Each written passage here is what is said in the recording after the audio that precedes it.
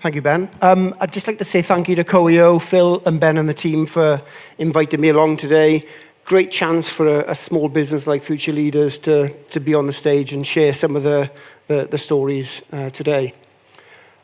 I guess, first of all, I just wanted to start with kind of like why am I standing on stage today talking about this, holding an imaginary rugby ball? So let me take you back to the 90s. Some of you will remember the 90s.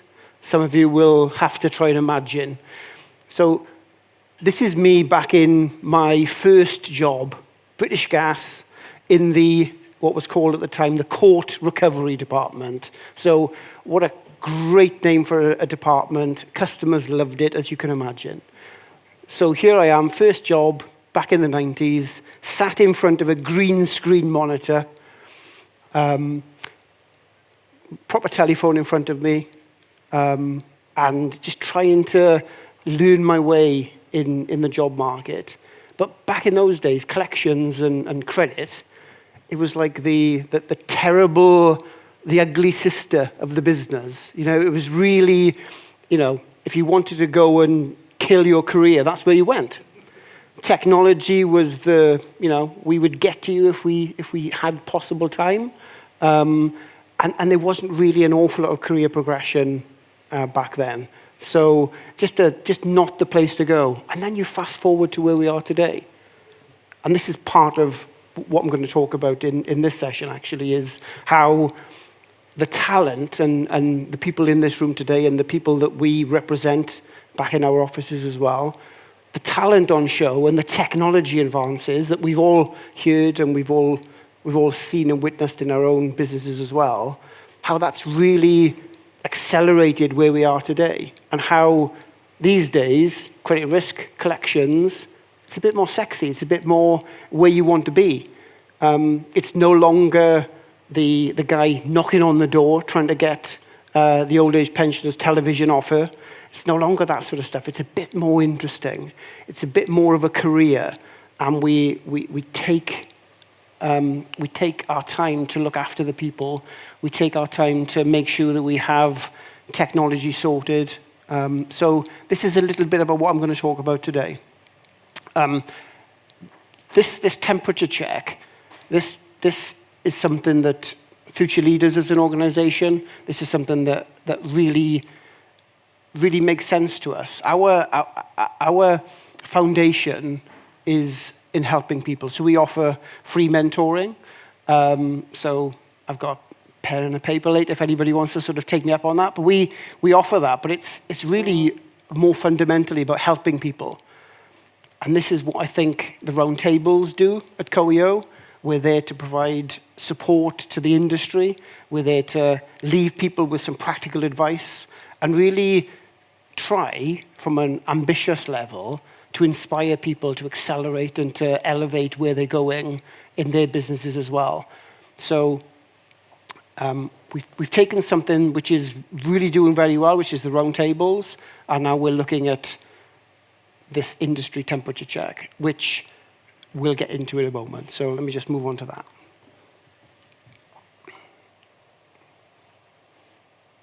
Okay, so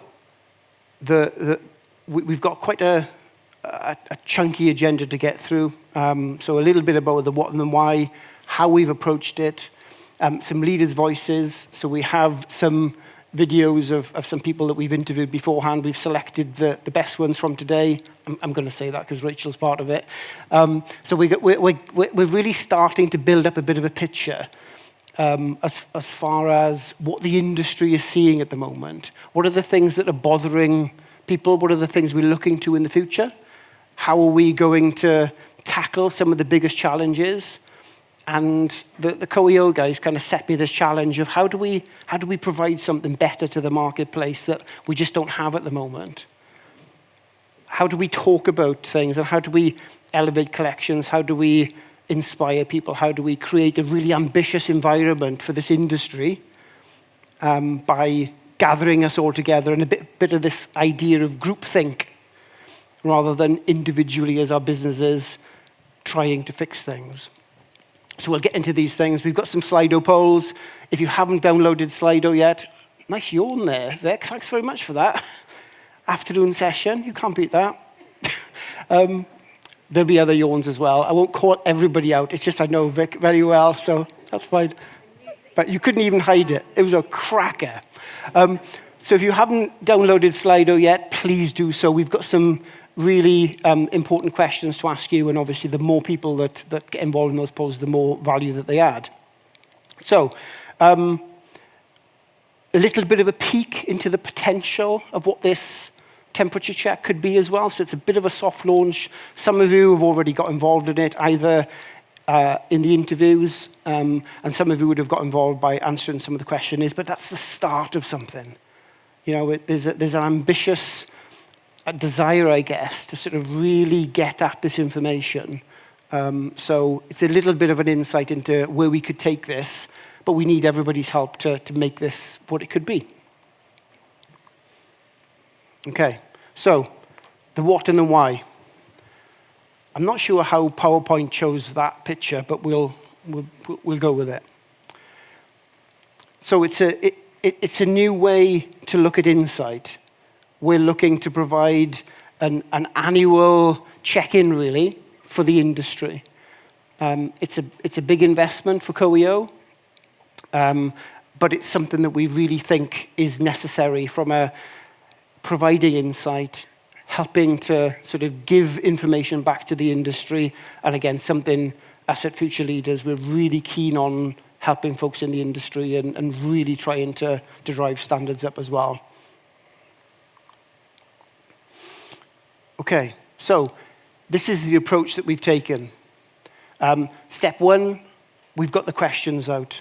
There's only 10 questions, literally, cup of tea, you know, or whatever you fancy drinking, and it's done, 5-10 minutes. Really simple.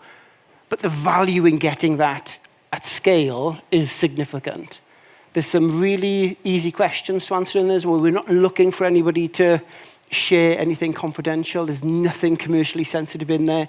It's just trying to get a really good view of where you feel, you as an individual, and your business is going. Today is about feedback. We've got some questions to ask in the polls. No doubt there'll be some questions that people will be asking on Slido as well. But this is about getting your views on where we could take this as an industry. I'm a massive believer in the power of collaboration and how, as a group, we can take like the little kernels of ideas and make them into something so much bigger. And that's why coeo and I need your help today in making this bigger and better. We're also going to add to this with some research. So where we get some of the big answers and some of the big gaps, which we'll come on to, we're really going to try and find out what's kind of driving that. So we're looking to partner with some independent consultancies to help us to get into some of those things. So again, it really adds to the richness and the detail of this as an annual output. It's not just a survey, it's not just interviews, it's adding to it with some extra research as well. So as a document, as a body of work, it really starts to add some value and really starts to pass some information back out to the business. We'll be looking for people to help us. So we'll be looking for a bit of a steerco approach to help us to sort of make sure that we're getting the right questions asked, the right approach to things. So again, if people are interested in this, then please get in touch. Okay, so we thought it was really interesting to get underneath the skin of some of this. So we've done some interviews with some leaders from the industry. We're going to play you 2 of those right now. So just sit back and listen to the interviews, and it just gives a bit of a richness to the type of questions we're looking to get underneath the skin of in the survey, in the temperature check. And Rachel's just sat here in the front. So could we just play the video? So tell us who you are and what your role is today. Hi, my name's Rachel McGowan. I'm Chief Technology Officer at Moneyline. We're a not-for-profit personal lender, CDFI, providing credit to the lowest 20% of income households across the UK who would mainly be excluded from mainstream financial services. And what is it you love about the credit industry? Well, I've worked in financial services for a couple of decades now, so I've got a bit of experience, I think, here. The credit industry for me is such an exciting place to work because it ranges so much in terms of product offering, different types of companies. And for me, it's that holistic sector to be able to provide something for every person in the UK, which my keen interest is financial inclusion. So it's really good to see that that's part of the agenda, the government agenda this year, which I think will make this sector even more exciting for the next few years. And what are your priorities for 2025? 2025. So for Moneyline, it's a really important year for us. We're really keen to see the growth of the financial inclusion strategy from the Labour government. We're already seeing some very small waves of that happening, which is great. But I think for me, it's really important that we understand how we have a holistic credit industry, and how we work with the regulator to provide a framework that allows us to continue to help all backgrounds and all social demographics across the UK. And lastly, probably my big wish list is that, if we are here in 5 years' time and we've eradicated people from being able to go to loan sharks, then we've won. And just finally then, what changes would you like to make to regulation that will help your customers? I think for me, for regulation, is I'd really like not just the CDFI sector, and the credit unions probably similar in this space, but how do we create financial inclusion right across the financial and credit sector? How do we get those larger organisations working with smaller organisations to make sure that we provide products and services that 100% of our citizens can access? And how do we do that in a way that removes some of the barriers? So for me, some of the barriers that I see, certainly for the customers that we're here to serve, are low digital footprint. How can we really be innovative in this credit data space, this credit bureau, and how do we make this accessible for more customers? How do we think about the way we offer payments? So how can a customer choose to repay us? So can we move away from some of the old archaic ways of repaying for credit? Can we be a bit more innovative in that space? And lastly, how can we allow customers to have a choice of how they manage their finances, and not just the system says no or we tick a box in the journey somewhere? So the regulatory framework, I think, has got a really important part to play, and how we allow it not to become too prescriptive, which allows industry to still be innovative, and we look at solutions that the framework doesn't hold us back from. Cool. So from that really quick conversation, a couple of things I took away from that. Number one, what a wonderful mission and purpose this business has. And there's so many more businesses these days that are driven by that mission and purpose. It's not always just about the bottom line. The second thing I walked away from the conversation was, how can I get a job at Moneyline? How can I get involved? Because the excitement and the passion that you had, Rachel, really came through, and it came across the screen to me. So I left feeling quite excited about, again, emerging businesses in our industry and what they're doing. And, is there an application form I can fill in to get a job? Some really exciting stuff going on in the industry. And again, trying to put a face to the real leaders and some of the really cool things going on in our industry today. Just going to move on now to Karen Ryan. Karen's not with us today, so I can't embarrass Karen in quite the same way as I have with Rachel. But can we just play Karen's video, please? Tell us who you are and what your role is, please. Yep, so I'm Karen Ryan, currently work for Clear Business, and I am Head of Third Party Recoveries. And What do you love about the credit industry? So I think there's probably a couple of things that I love about the credit industry. And my favourite thing is that there's always something we can do better. You know, it's an industry that is continuously trying to improve. And because of that, there's lots of innovation and lots of people looking at ways that we can do things differently. And I just love the passion that comes from that. And then the second thing is the people that are in the industry. And I think this ties in very much with the first point. Because it's an industry that's always looking to move forward and always looking at ways we can do things better, the type of people that get attracted into the industry are those people that are invested in continuous improvement. And I think that creates an energy that, I haven't worked in lots of different industries. I've worked with lots of different industries, but not in them. And I've never experienced that energy to do things better and to drive performance and, that continuous improvement like I have in the credit industry. And just thinking about the rest of 2025, what are your priorities? Well, I've only just landed at Clear Business, so I'm kind of going through reviewing everything that we're doing around sort of collections. And my biggest priorities for this year is to improve collections.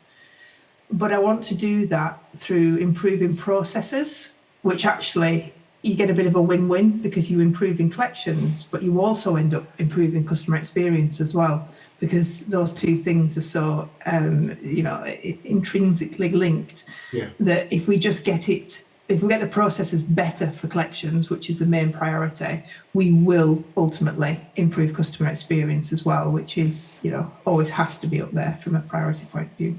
What changes would you make to regulation that will help customers? So this is a super interesting one. And I think my biggest wish that we could change within the regulation is around data sharing. Yeah. Because I think we've got an industry where it's very often if one organisation is needing to engage with a customer, it's very likely that other organisations are having to engage with that customer as well, because if somebody's struggling from a debt point of view, it's very rare that there will only owe one creditor, there'll be multiple creditors. But from a customer point of view, they will have to have the 5 or 6 conversations. And I think from there's so many benefits that would spin off from this, not just a better customer experience, but just helping organisations make better decisions around not just collections, but around onboarding, all sorts of things. If we could share data more around customer behaviour and on an individual customer basis. I think about the insurance industry a lot when I think about this, because in the insurance world, if you've had an accident, your insurance companies can find out whether you declare that or not. And so I think so there's got to have been a way around it in that world, and I'd love our regulation to have a look at that and think, right, what can we learn from the insurance industry and how do we bring that into the sort of credit world and make it better for organisations and customers. Cool. Thank you very much, Karen. Okay, so what you see when you listen to Karen is somebody that's clearly an expert, super honest. Anybody that knows Karen will get the blunt, honest truth. And she's super passionate, okay? And you walk away from speaking to both of these women, actually, and you can't help but be inspired by what they're doing in our industry. You can't help but sort of want to find out a little bit more. And I guess that's what we're trying to do here, is to try and give a bit more context, a bit more information about what's going on in our industry and sharing it with you all, to hopefully you walk away from today with a little bit of a skip in your step about the really cool things going on in our industry, and to get involved in something as well, something positive. Because, we all end up in some dark places in this job from time to time, but this is a this is a sunny story. This is something we can really get involved with that can make a really positive change. So, just moving on then to some of the initial results that we've seen that I found really interesting. So within the 10 questions, we asked questions about the personal objectives of people versus the company objectives. And interestingly, 16% of people said that there was a difference between what was going on for them and what was going on for their businesses. And I didn't know whether that was because they didn't quite appreciate what was going on for their business and how that connected to them, or whether there was an actual disconnect between what was going on for the business and what was going on for them. But interesting, nevertheless, that's a decent chunk of a number. I'm not going to go through all of these things, but I think the mental health and vulnerability were mentioned a number of times. Strategy came out relatively strong as an average of 7, but there were lots of people sort of scoring their business strategy kind of 5 and under, which was a little bit worrying and something that I think we should probably get under the skin of where possible. But the interesting thing for me at Future Leaders is looking at some of the softer skills that are coming through here as well. As an industry, we're really technical. There's a lot of data that we talk about. There's a lot of analysis. There's a lot of talking about software solutions and these sorts of things. But this is an industry of people, and we need great leaders in this industry to look after our people. And this is where I think, I can't remember the last conference I went to where they talked about how leaders lead in this industry. It's all technical. How can you do debt sale better? When did you last choose a good collection system? But what about the really cool stuff of the softer skills and how we can lead people better? Because, all that other stuff falls into place, I think, then. So again, that really came across very strongly, and I'd like to build on that and do more on that basis. Okay, so if we can get the Slido polls up, please. If you can all get your phones out. So, first question is, should the industry do more to educate customers on managing their finances? Now, this was a question that came out in the Financial Services Roundtable done in London recently. There was a real appetite in the room for this. I don't want to lead the question, obviously, but there was a real excitement about us wanting to do more on it. So I'm just going to give a bit more time. I wonder if we should have had some hold music at this point, just to fill the gap, so I don't have to awkwardly chat along. Okay, I'll assume most people have done the poll by now. That's pretty overwhelming as far as the industry educating customers on managing their finances. That's something we'll certainly take away. And for those people that weren't at the Financial Services Roundtable, there was a call out to ask if anybody wanted to get involved in that specific piece of work. We were happy to facilitate sort of a gathering of folks to do so. So if you are really passionate, if you're one of those 96% of people that want to jump in and think more should be done, then now's your chance. Okay, next question, next poll. Do we do enough to help vulnerable customers? So quite a provocative question in many ways, I think. Because vulnerability has been something we've talked about as an industry for a long time. Most conferences I've been at, vulnerability, data sharing, it's kind of there as a common theme. And there's even calls now to start not calling people vulnerable and changing the language quite a bit. So it's interesting to see what everybody thinks of that.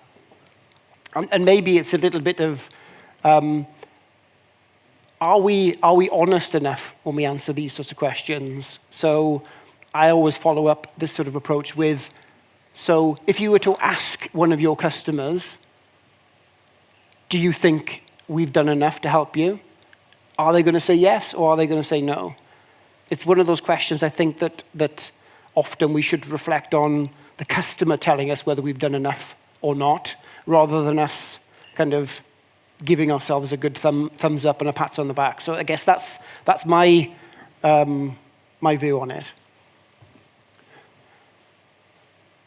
Reasonably overwhelming, 58% there. So, okay, let's move on to the next one. Is customer experience a high enough priority for credit risk and collections functions?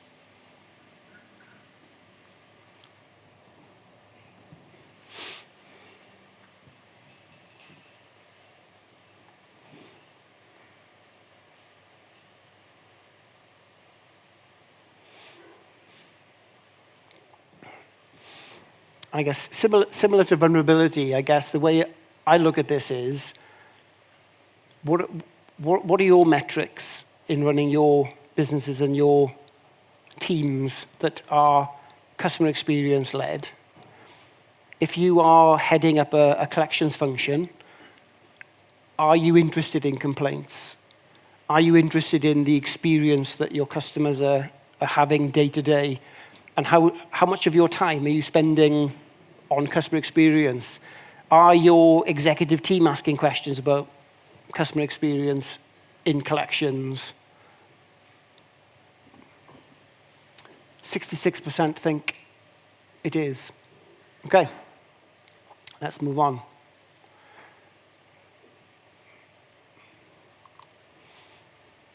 Okay, so in summary then, this was the soft launch of the coeo industry temperature check. I hope you can see the ambition of what's trying to be done here. And I hope you've seen enough that makes you want to get involved in some way, either by answering the survey, trying to get involved in shaping the future of this. The possibilities are pretty powerful, I think, in what can come out of this. And I guess it's, do you want to be involved, or do you want to be a recipient of it, and do you want to just see what's kind of coming from it? Do you want to be a fast follower, or do you want to be a leader in getting involved in this survey today? And the survey will be sent out afterwards. And obviously, Pete will attach a little bit of a note with it that says for everybody that responds, we have to send some cases back so that Pete can get some work through as well. I don't know where, there he is, yes, yeah. There'll be something in there, some small print that means you've got to send some cases along as well. Okay, so that's kind of where we're ending things. I don't know whether Ben, is any questions? Where is Ben? Ah, he's up there, is he? Okay. Have we got any other questions that have appeared on Slido? Okay, what do you think? Are there quick wins for helping customers manage their finances? Is it to improve learnings at school? I think, yeah, it's something that I've thought about for a number of years, is certainly in the UK, being able to talk about finances in schools. And I think that being able to start in schools and talk about budgeting, talk about access to credit. I mean, certainly I was one of the people, as soon as I became 18, offered a credit card, thank you very much. Couldn't pay it off, couldn't manage my money, got myself into debt. So I've definitely got lived experience of being uneducated in debt and credit and not being able to manage credit cards and finances as a result. So I think starting there would be a good idea. Do you think it should be the responsibility? Okay. Do you think it should be the responsibility of the industry to educate adults on finance, or would it be better placed in the UK's education? Okay. So feels like. So Dave, is there anything else you wanted to add to that, or is that kind of how you want to say it? Yeah.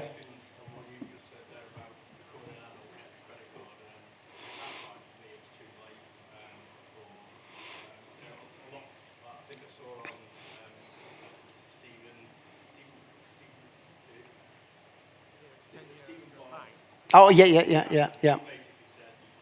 first time he heard about CCJ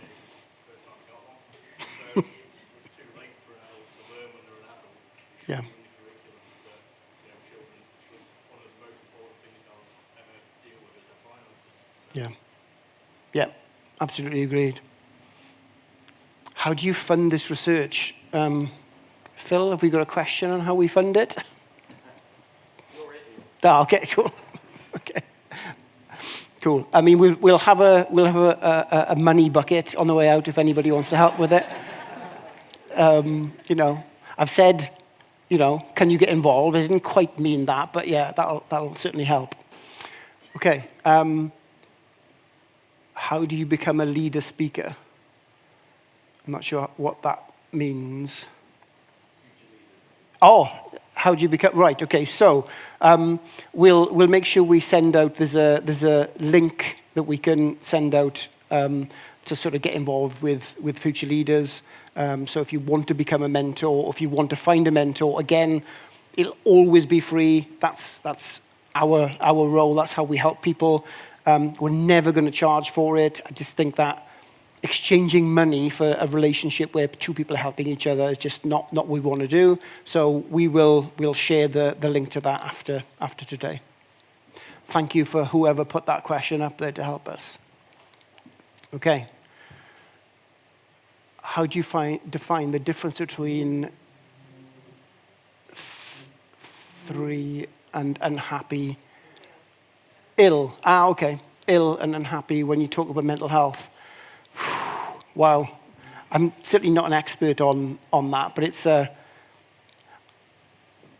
tough topic that we have to deal with, isn't it? You know, as leaders in our teams, trying to sort of navigate that, making the right decisions. I was working at a company last year, and they had team managers that were dealing with people that had multiple suicide attempts. That's a really tough gig, that. Trying to make the right decisions, trying to navigate the route for that individual back into the workplace. And how can we expect people to handle those sorts of really difficult conversations when maybe we haven't trained them? I mean, we're scrabbling around for how to handle those situations, and you know, HR departments trying to, you know, how do we legally stand on, you know, should we be offering advice? Should we steer clear of it? Is it better, you know, with the NHS? What do we do on that? So I'm certainly not an expert, but I know it's a tough thing that we're expecting our people to handle day in, day out. Okay. Last question then. Consumer duty has shaped the way we communicate with customers. What should the regulator do to support the industry to help improve customers' understanding? Yeah, great question. Reduce the amount of absolute garbage we have to send to customers, I think, is the first thing I would do. In the energy industry, I mean, we all have energy bills. Can anybody understand them? 90% of what you see on your energy bill today is mandated by the regulator. So you must put this here, you must put that there. It's all supposed to be driven to help customers. So for me, it would be making it super simple, taking out a lot of the stuff that's just not necessary, and being really plain on that. Okay. Mark, thank you, Mark. How can we help to make talking about money more socially acceptable, especially with social media full of people showing off how much money they apparently have? Yeah. Yes, it's bonkers, isn't it? How social media is kind of like that. This is the perfect view of my world versus, you know, that what's actually happening in your life. And again, I think it starts with education and how we're expecting our kids to navigate with social media and trying to deal with that. I also think there's I don't think there's one answer, but I think there's lots of different things we can do. I do think there's an opportunity for a bit more of a positive conversation at a community level, online community level, about debt. So I always go back to other great communities online. So GiftGaff is a great example in the UK of online communities being driven to fix problems on behalf of users, members, call them what you want, And you can do any sort of Google search today on how to avoid paying debt. Loads of people will offer that advice. Copy and paste this letter, do this, do that. How many online communities are there today where they talk about the positive experience they've had approaching a collections partner, approaching an energy company, and how much they help them to avoid getting a CCJ or other things. And I think there's just a bit more of a positive alternative that we just haven't quite got to yet that talks about what we can be doing to help customers in debt. Okay. Shall I leave it there? How are we doing for time, by the way? Cool, okay. Rachel, what additional factors should we consider for people who are not managing their finance besides education? Whew. What would you do? Well deflected. I think we can often, the reason I asked that question is because obviously one of your questions was related, and especially at the round table, around education, and I think it's one of a number of things we need to consider. I often hear lots of people, or lots of organisations and thoughts around, certainly the customers that we serve, which are low-income households, is that it's lack of education, and that's not always the case. It could be the circumstances that they find themselves in, the stress of being overloaded with too much information, and where do I start to manage that. But as well as practical things like how can I manage to make payments in a way that I can control. So for example, we see an increase in cash, this last year we see fluctuating income. So there's not many. There's a high percentage of the population that don't receive one nice single income per month. So managing to pay direct debits is really difficult for a lot of customers. If we just gave them a better way to be able to pay when they receive their income in smaller amounts, that's not about education. That's about a much more rounded offering of products and services. So, but I often see education always coming as the top thing. How do we educate? How do we provide them more information? How do we do that? Yeah. It is a point that we should be taking that forward, but it's only one aspect of a lot of other things we should be considering. Yeah, that's a really good pushback and a good challenge, actually, as far as, if I'm understanding you correctly, it would be how can we offer flexible options for customers? So if this month they can pay 20 and next month they can pay 50, how do we manage that? How do we allow that to happen? Without telling Equifax that they've missed a payment. Yeah, absolutely. Okay. Is there a website? Yes, there is. Thank you, everybody. So it's www.futureleadersmentoring.com. So thank you for all you kind people. I think that's it for me then, yeah?